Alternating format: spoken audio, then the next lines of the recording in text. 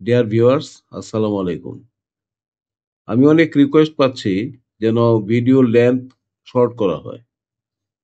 আমিও ভেবে দেখলাম বর্তমান অস্থির সময়ে নিরবিচ্ছিন্ন আধা ঘন্টা বা 25 মিনিট সময় বের করা হয়তো অনেকের পক্ষেই অসুবিধাজনক। কাজে এখন থেকে ভিডিওগুলি আমি চেষ্টা করব যেন 15 মিনিট লেন্থের ভিতরেই হয়। এতে অসুবিধার কিছু নেই, পর্বের সংখ্যা বাড়বে। যাই হোক, আমরা ওই ডুপ্লেক্স বিল্ডিং এর কাজ আজকে যতটুকু পারি এগিয়ে নিই। চলুন শুরু করা যাক। দেখেন, প্রথমেই প্রেস পুল কমান্ড আমি অ্যাপ্লাই করছি ছাদের উপরে সার্ভিসে। এতে এটা এক্সট্রুড হয়ে এটা বক্স হয়ে যাবে 3200 হাইটে। 3200 হাইটে কেন করলাম? 3050 করার কথা ছিল। আমি এটা একটু পরে দেখতে পাবেন আপনারা।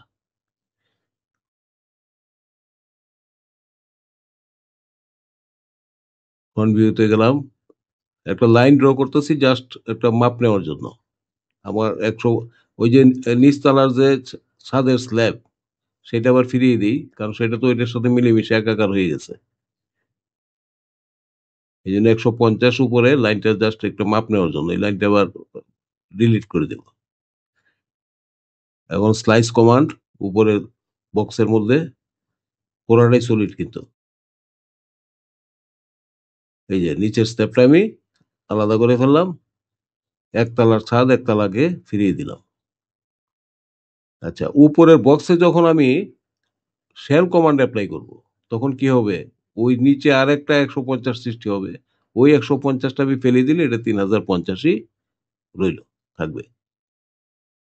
এখন এটা পুরাটা তো আর ডুপ্লেক্সে রাখবো না, স্লাইস করছি ওই কোণার থেকে। এটা আরবিট্রারি, আমার ইচ্ছা হয়েছে আমি এরকম করছি। আপনাদের অন্যরকম ইচ্ছা হবে, আপনারা অন্যরকম করবেন। স্লাইস করে আমি দুইটা টুকরায় রেখে দিলাম। দেখে নিচ্ছে একটু, এই টুকরাটা আমি ফেলে দিব। এখানে সামনে ফাঁকা থাক, এটা সাব বাগান করবো।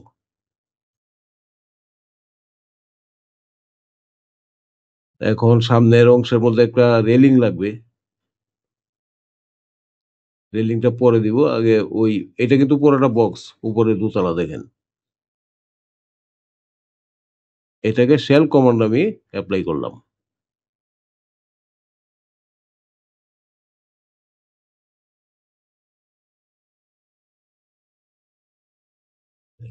150-এ কিন্তু সব খেয়ে গেছে।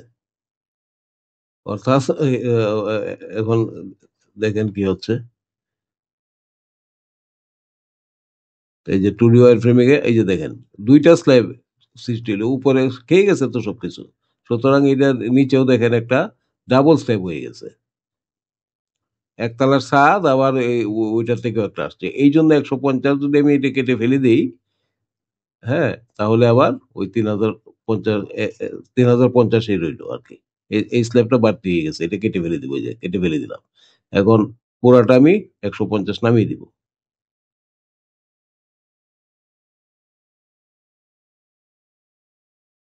বাস।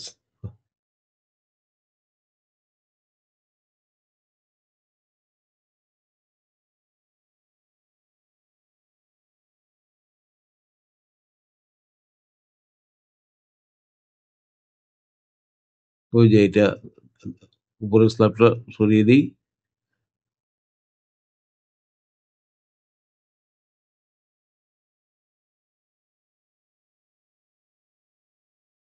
ওই যে দেখেন ভিতরে দুইটা দেওয়াল রয়ে গেল, দেওয়ালগুলি সরে যাবে, প্রেস ফুল কমান্ড দিয়ে ধাক্কা দিলেই চলে যাবে। ওই সারফেসটা সিলেক্ট হলো, ওইদিকে ধাক্কা দিয়ে চলে গেলে। এই সারফেসটা সিলেক্ট করেন, করবো, এদিকে ধাক্কা দেন চলে যাবে।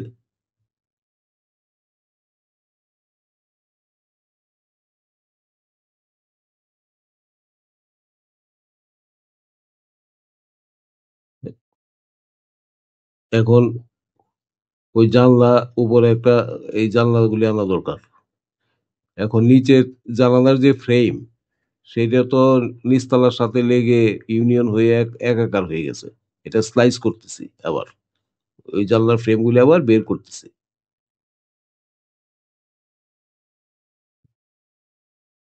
ওই লাইন বরাবর আমি স্লাইস করে ফেললে জানলাগুলি হুবহু আবার আমি পেয়ে যাব। এই যে দেখেন আলাদা হয়ে গেছে, বোঝে? এই যে দেখেন আলাদা হয়ে গেছে।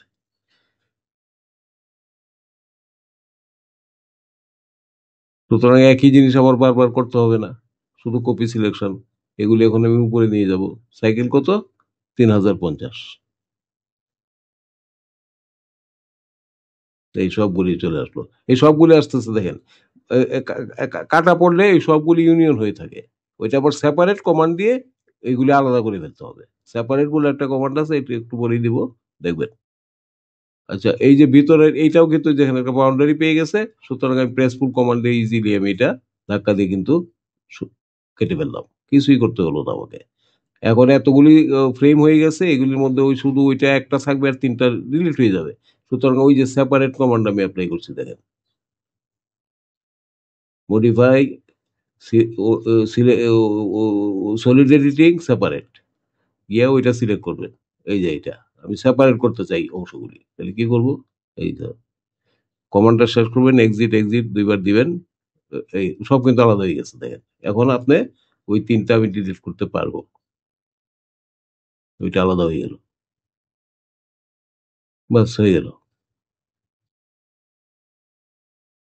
একই জিনিস বারবার করতে হবে না। নিচে জানলা উইন্ডো আছে, থাই থাই অ্যালুমিনিয়াম আছে, ওইটা শুধু কপি করে সাইকেল 3050, এটাতে 3050 কপি সিলেকশন করবেন। ওই জায়গা মতো বসে যাবে, এগুলো আপনার চিন্তা করতে হবে না, শুধু আপনি হিসাবটা ঠিক রাখবেন।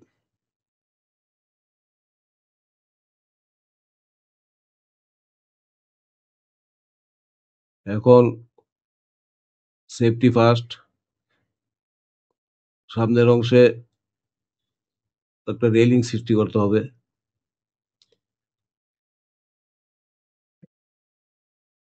এখন একটা ইন্টারেস্টিং জিনিস দেখেন, একটা লাইন ড্র করছি আমি, লাইনটার কোনো কাজ নাই, শুধু একটা এরিয়াটাকে ভাগ করা, একটা বাউন্ডেড এরিয়া দেওয়ার জন্য, প্রেসফুল কমান্ডকে একটা বাউন্ডেড এরিয়া দেওয়ার জন্য কিন্তু আমি লাইনটা ড্র করলাম। আর কোনো কাজ নাই, এটা মুছে দেবো একটু পরে। এই সামনের অংশটা বাউন্ডেড হয়ে গেল, অর্থাৎ প্রেসফুল কমান্ডে আমি যখন সিলেকশন করবো তখনই আপনি দেখতে পারবেন ওই লাইন পর্যন্ত সিলেক্ট হবে, আর নাহলে তো পুরোটা সিলেক্ট হয়ে যেত। এই যে দেখেন, দেখেন কত ইন্টারেস্টিং দেখেন, ওই লাইন পর্যন্তই সিলেক্ট হয়েছে, আর নাহলে পুরাটা উঠে যেত।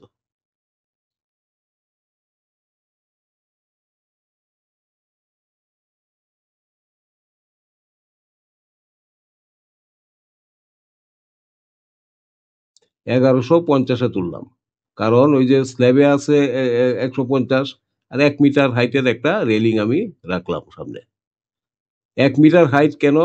1 মিটার হাইট হয়েছে, সব সময় দেখবেন 1 মিটার হাইট যদি হয় আপনি সেফ ফিল করবেন সব সময়, কারণ আপনার সেন্টার অফ গ্রেভিটি নাভির নিচে, নাভির কাছাকাছি। নাভির হাইট হচ্ছে 1 মিটারের চেয়ে কম।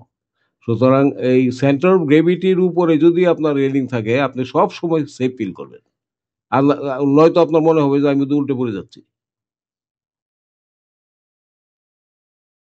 এই দেখেন 2D রিফ্লেকশন অলরেডি কিন্তু হয়ে গেছে দেখেন, দোতলা অলরেডি আপনার হয়ে গেছে, ওই দিক দিয়ে আপনি কাজ করছেন, এই দিক দিয়ে কিন্তু এটা আপডেটেড হয়ে গেছে ভিউ। এখন এই যে আমি স্লাইসিং প্লেনটা, স্লাইসে ইয়া কি কয়, সেকশন লাইন, সেকশন লাইনটা উপরে নিয়ে যাই, অবস্থাটা দেখেন, আপনি ভালোভাবে দেখবেন। এটা নিজেরা ড্রয়িং করে নিয়ে যদি দেখতেন তাহলে আরো বেশি ভালো লাগতো আপনাদের। ওই যে উপরের আমি জানলা বরাবর নিয়ে গেছি, তাহলে আমরা কি আশা করি? উপরে শুধু একটা জানলা কাটা পড়বে। ওই যে দেখেন, খেয়াল করেন 2D, একটা জানালা শুধু কাটা পড়ছে, আর বাকিগুলি দেখা যাচ্ছে কিন্তু কোনো কাটা পড়ে নাই। উপরের দেওয়াল কাটা পড়ছে দেখেন, কাটা তো পড়বেই, কিন্তু নিচ তালার কোনো দেওয়াল কাটা পড়ে নাই, শুধু দেখা যাচ্ছে কিন্তু কোনো কাটা পড়ে নাই। এই সৌন্দর্যগুলি উপভোগ করতে হবে আসলে অটোক্যাড শিখতে হলে।